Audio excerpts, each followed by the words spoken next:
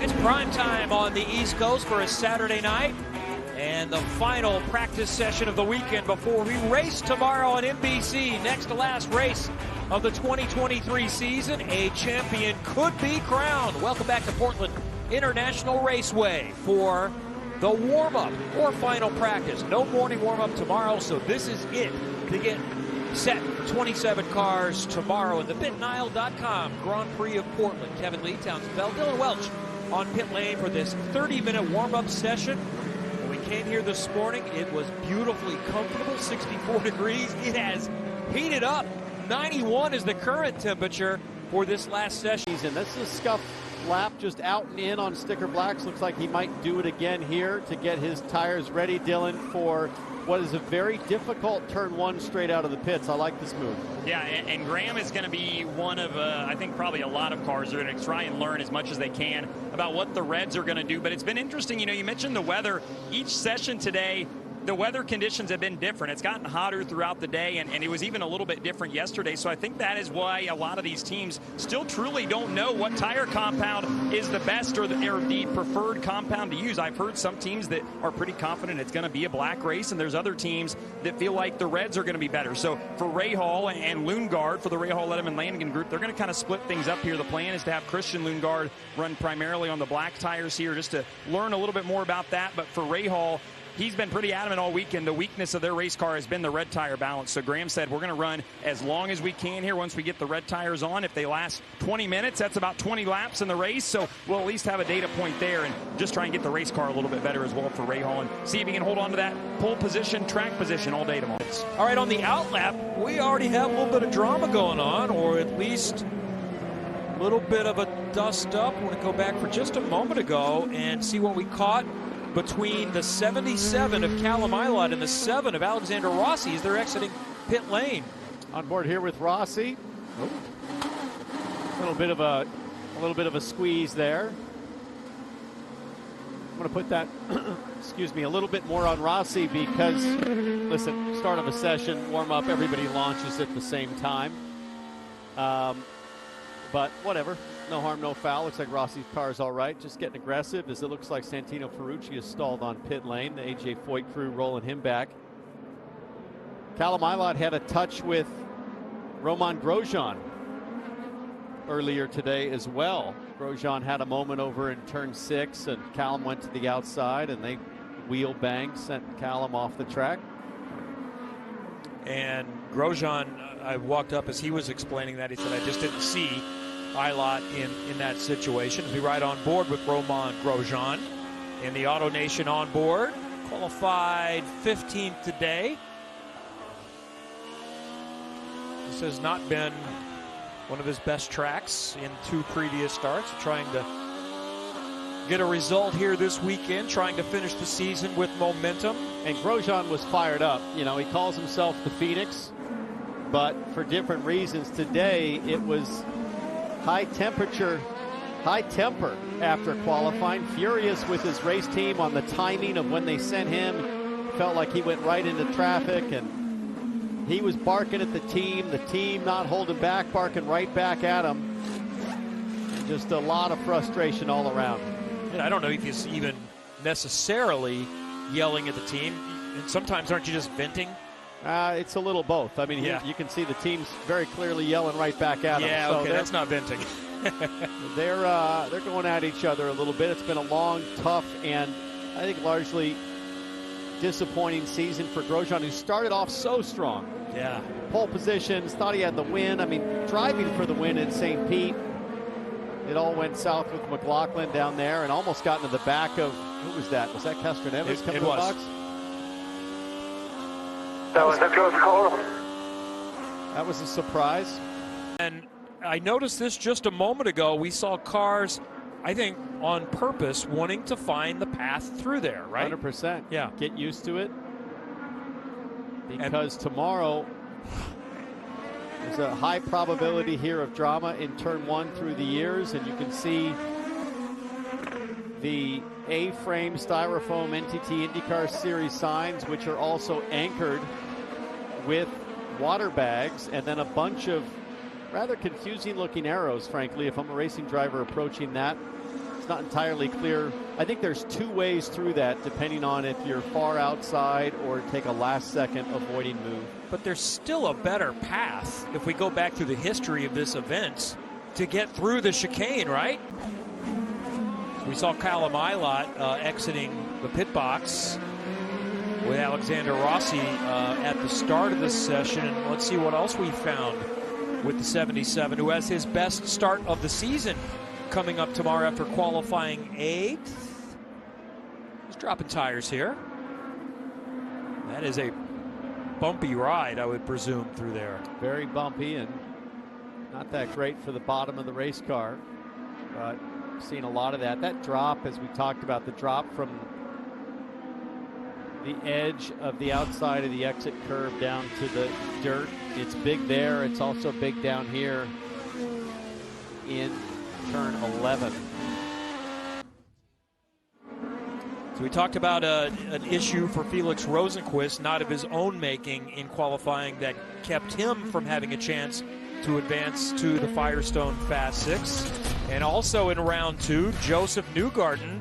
This was surprising, Townsend. This was basically starting the first push lap on the lesser tire. Yeah, this is just a banker lap. And, you know, I got to wonder when you're running the black tire banker lap, if you're just that much more relaxed because you haven't fully amped up for that red new tire lap, and if it just contributed a bit to a loss of focus right there. But no question, a frustrating moment for Joseph not to have a chance to go out and try to match or beat what his teammate Scott McLaughlin was able to do, qualifying second.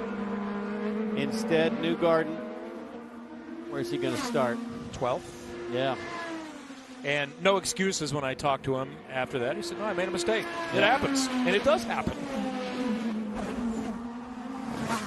Looks like the car's working just fine. P9 right now, running the harder black tire. What does McLaughlin have on? He's running the reds. So McLaughlin told me that he would run the reds, like I think most of the reds that are being run right now. Probably all of them are the set that you were allowed to use in practice 1 but couldn't use elsewhere except in the warm-up. So we'll be watching the lap times here. Ericsson quickest right now on the reds at a 59.6, but his last time 1 minute 0.9 for Marcus Ericsson. So we'll be curious, how does that compare to the black tire pace of, say, somebody like Scott Dixon, who's 0.8 faster than his teammate on the harder black tire. And here's the championship leader, plus 74. And one of the potential points that Scott Dixon could have scored is not going to be scored. So now it's a maximum of 53 points available this weekend, when Dixon did not win the pole, nor Palou as well. And the number, so obviously, even if Dixon wins, Palou would wrap up the championship and finishes third. Let's look at it another way. We're not going to go through all the scenarios, but if Dixon does not win, but still does well, finishes second, Palou only needs to finish 8th. And I think it's like averaging 12th or so, 13th in the 2 races. So he is very much in control. Well, the Rahal Letterman Lanigan cars are fast again here this weekend. Dylan told us at the top that they have the ability to try different tire strategies in this session. What are you seeing? Well, let's have Christian tell us, in fact, what he's seeing and feeling behind the wheel of the race car. How's the balance?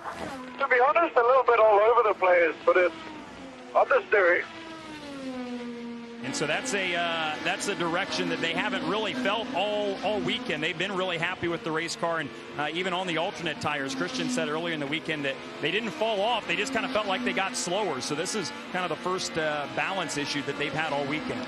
Almost see like Christian Lundgaard here has a little bit of an alignment issue. He's going down the straightaway, but you look at his hands, it's not quite level, right hand down right there. So don't know if he's knocked it out of tow a little bit, or it just wasn't, the steering wheel wasn't level. But that's quite a dramatic right hand down situation. I was watching on both straights. It seems like things have mellowed out. The speed's there, and he knows the results will come as Marcus Ericsson comes in. Reds come off, blacks go on. Up behind the back toss. And let's see what happened to Ericsson just a moment ago going into turn 1. Ooh. So does he follow the proper path? That would be a no-no in the race, correct? Now what happens? Well, I don't think that's a no-no as much as apparently you get a drive-through penalty for that, so he's going to have to make a hard left to get back over. But if you're coming in locked up, how could that be a drive-through penalty? Well, I don't know how you could get back to the left once you've passed it. What do you do? Yeah. So let's make a note. Yeah. Let's ask race. We've talked with race control. What happens if they all crash? Yes. Let's how circle they that because how they order. But what happens if someone just takes the shortcut and does not gain an advantage in the race? Yeah, it's no different than locking up and going off in the dirt on the backside over in turn 6 and rejoining. Excursion in turn 1, so let's just go ahead and do it now. We've got 8 minutes to go. So I think they're telling him a drive-through. I don't know about that. This could be a story in the race tomorrow because a second car, whoa, that is a bucking Bronco on the DHL Andretti Honda for Romain Grosjean, who also has been ordered to serve a drive-through for not following the proper path. So let's see, does he have much of an option to get back? Could he have taken a hard left there going around those barriers? He never would have made it. He got a big old kicker off that Bavarian sausage at the second apex at turn 2, and I mean there's no way you're going to be able to make that through. So I mean that is a massive penalty compared to dropping wheels anywhere else on the track. So it's a race killer. Yeah, I don't necessarily agree with that.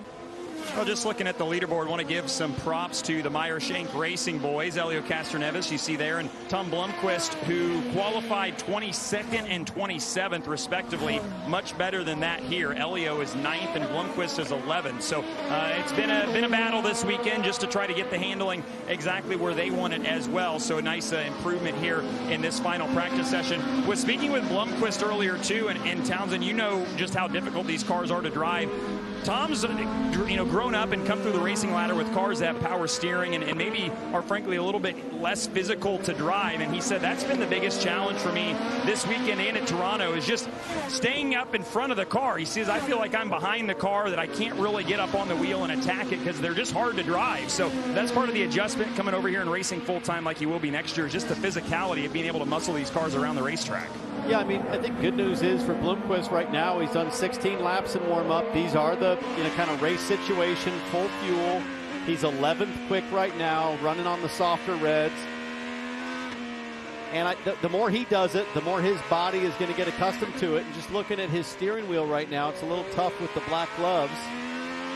But he does have the molded grips on the steering wheel, which helps your hands a little bit. And then short of that, the only way the team can help him is taking some caster out of the front end geometry, but that comes with some mechanical grip sacrifice. So it's just something that Tom's going to have to adjust to. He's going to have to change his training regimen. This is more training for football than basketball, to use that analogy. IndyCar is more of a contact sport than sports car racing or Formula One in a lot of ways. These are beefy, strong, robust open-wheel cars that can take side-to-side contact more than some of the other categories, and no power steering. Got to earn it behind the wheel. Well, Scott Dixon needs a win again tomorrow, which would be a third in a row, but he had a moment just a little bit ago. Let's see if there was a possibility of peril for the PNC Bank Honda. How close do you like it? Whoa. So Dixon has given everybody a lesson on how to save fuel, how to stay out of trouble, and right there, master class on how close you can get to the Armco at the apex of turn 1. That was simply perfect. He's fine. Yeah. And I understand Graham sat the last 5 minutes of this session, serving a penalty for turning an extra lap in one of the qualifying sessions. Yeah, I'll go back to what I just said. I think this will be a game time decision, meaning in the game. They will be reading, these teams will be reading and figuring out what their degradation looks like, watching their lap times, and then making their bet. Do we run long on that first stint or pit around lap 15, 16 and go to our preferred tire for the balance of the race? As you see the rest of the top 20. Tom Blomqvist stands out there looking to continue to learn in his second IndyCar weekend. He wants to see more than a few corners tomorrow. Desperately needs to get through that chicane to start that race.